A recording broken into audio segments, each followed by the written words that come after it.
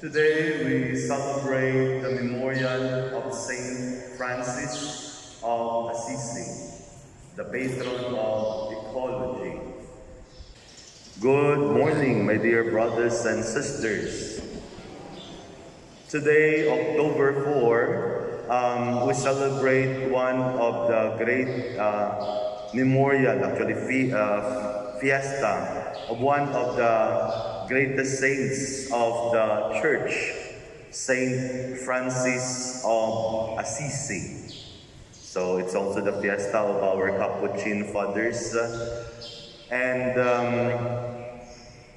we are pretty familiar with Francis of Assisi because he is renowned worldwide. But what is it about his life? When he was converted to follow the Lord, there are two things that he promised himself: to embrace lady poverty and to follow the gospel. And in the end, Francis himself was never ordained a priest, although at the end he was ordained a deacon, but he was not a priest. But what is it about his spirituality that he is also considered he is also the patron saint of ecology? It is embracing everything with God's love and seeing Christ in everything. In poverty, he embraced it as Christ himself was poor. He followed the gospel to the letter.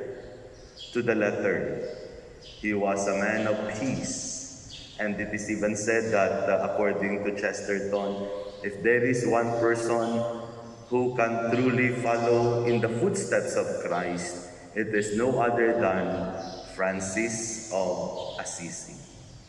So, Pope Francis, when he was elected as Pope, he is Jorge Bergoglio.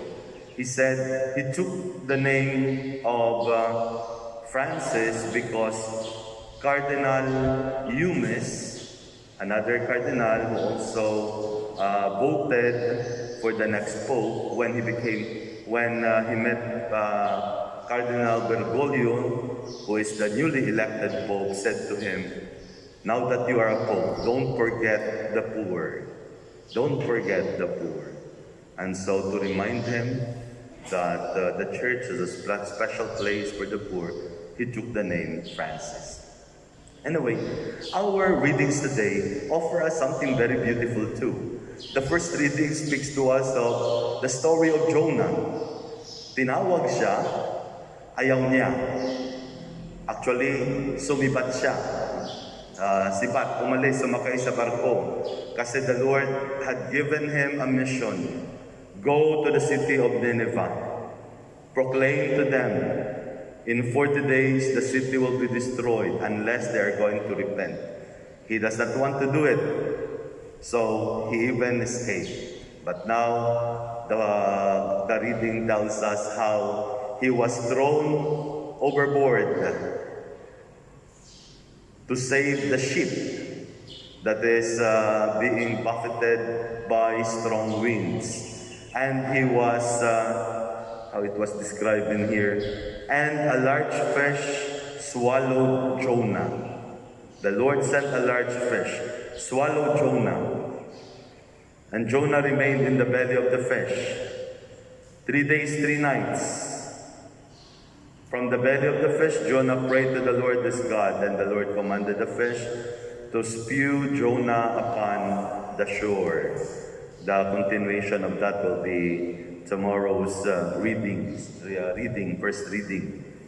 So, pag tinawag ka at may papagawa sa ang Diyos sa iyo, kahit ayaw mo pa, pag gusto ng Diyos na ikaw ang gagawa nun, gagawa at may mga pamamaraan ang Diyos that we can not even say no. But anyway, it is a good thing for us to be reminded, because later on, it is God who will also show to Jonah, and through the power of God, that Jonah will be able to do what the Lord wanted him to do. Now in our gospel, we have a scholar of the law asking the Lord, what should I do to inherit eternal life?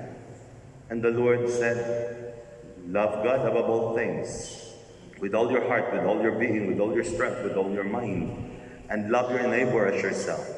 This is the summary of what the whole Bible is all about. This is the teaching, the summary of the whole teaching of Jesus.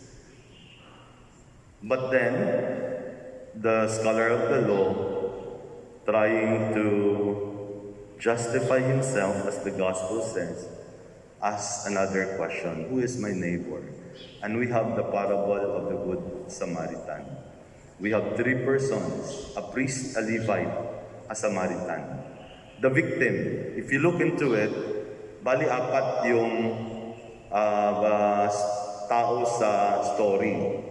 The victim, presumably, he was a Jew. The priest, he was a Jewish priest. The Levite, he was a Jew. Sigurado na talaga. The Samaritan, he was not a Jew.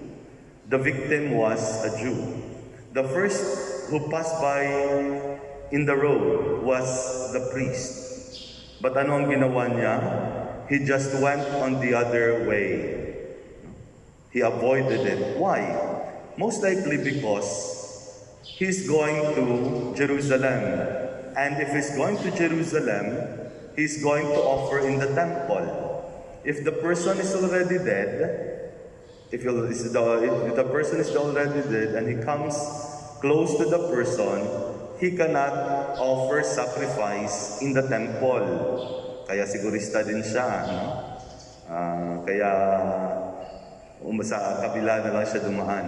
The Levite also have the same thing. Pero makita natin na probably the most likely reason for the Levite was may mga cases daw that those people on the roadside can pretend that they had been robbed, but actually they are the robbers.